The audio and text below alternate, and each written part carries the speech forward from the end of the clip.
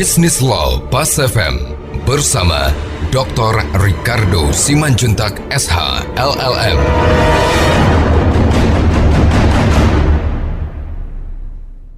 Mitra bisnis, jaminan kebendaan itu memberikan hak terbaik ya pada bank, hak eksklusif. Tapi kalau kapal, ini banyak hak-hak mendahului lainnya. Nah, ini sebenarnya satu ketentuan yang bukan hanya lahir spesifik di Indonesia ya, tapi ini sudah merupakan bagian dari satu konvensi internasional, Maritime Lien and Mortgage ya. Jadi ada beberapa ketentuan-ketentuan yang secara internasional, karena Indonesia merupakan bagian dari konvensi itu menjadi harus didahulukan dari hak mendahului yang dimiliki oleh kredit separatis. Terdapat juga kepastian bahwa ketika kapal ini sudah dijaminkan, makanya saya katakan ketika dia benda bergerak, dia kan bisa bergerak ke Hong Kong kan. Kalau tanah kan nggak bisa bergerak, dia udah ada di sini gitu. Nah, ketika dia kapal Indonesia sudah dijaminkan, kan dia kan kapal itu kan kebangsaannya kan ditandai dengan bendera, ya, di mana didaftarkan gitu. Nah, hipot itu akan mengikut kemana kapal itu pergi. Kenapa? Karena ini agak menarik, karena kapal ini tadi diperlakukan seperti benda tidak bergerak, tapi dia bergerak. Gitu loh. Jadi kalau dia bergerak di wilayah perairan Indonesia nggak ada masalah karena dia berada di Indonesia. Tapi ketika dia keluar dari Indonesia, maka negara di mana misalnya kapal tadi bermasalah dan membuat kapal tadi akan disita dan dijual oleh mereka, itu tetap mereka harus menghargai jaminan hipotek yang telah diletakkan kapal di Indonesia. Sama juga kalau misalnya kita sita kapal di Indonesia dan kapal itu sudah diletakkan hipotek di negaranya oleh krediturnya, yang merupakan anggota dari Convention Maritime Lien and Mortgage tadi, 1993 tadi, itu tetap juga harus menghargai. Jadi hanya menjadi negara-negara yang menjadi anggota. Karena itu kan salah satu konsekuensi dari multilateral agreement between states. Tapi kan hak hukum itu lahir dan kita bisa melakukan perlawanan kan gitu kan.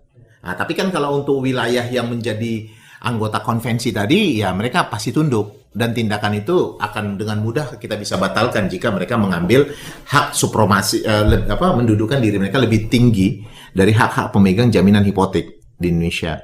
Nah, memang kalau kita lihat dalam kedudukan Indonesia sebagai satu negara yang dikelilingi oleh laut bahari gitu ya, dan juga memang adanya memang satu arah yang dibangun Indonesia untuk memperkuat laut sebagai salah satu bagian dari pertumbuhan perekonomian Indonesia ya, transportasi.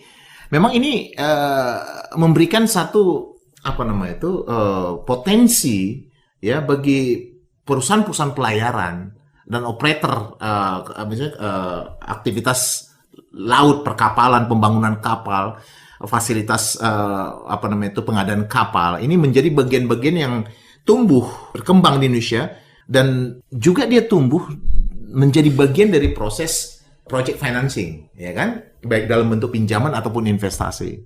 Nah, yang tetap akan kembali masuk pada dilibatkannya benda-benda tersebut sebagai bagian dari jaminan. Jadi kita lihat ke depan dengan adanya kebijakan pemerintah yang memberlakukan laut sebagai salah satu kekuatan, ini memang mau tidak mau bank harus memberikan satu perhatian yang besar ya untuk bisa menjadi pendorong perkembangan aktivitas pelayaran di Indonesia. Nah, untuk itu juga ketentuan hukum harus mengikuti dan memberikan satu kepastian kepada pemegang jaminan ya kan, untuk bisa memastikan bahwa jaminan kapal yang diperlakukan dalam hak kepemilikan setara dengan benda tidak bergerak terhadap kapal yang memiliki bobot tadi itu ya, itu dan ternyata dia memang bergerak, itu membuat memang ketentuan-ketentuan tadi harus lebih disempurnakan supaya bank tidak memiliki kekhawatiran.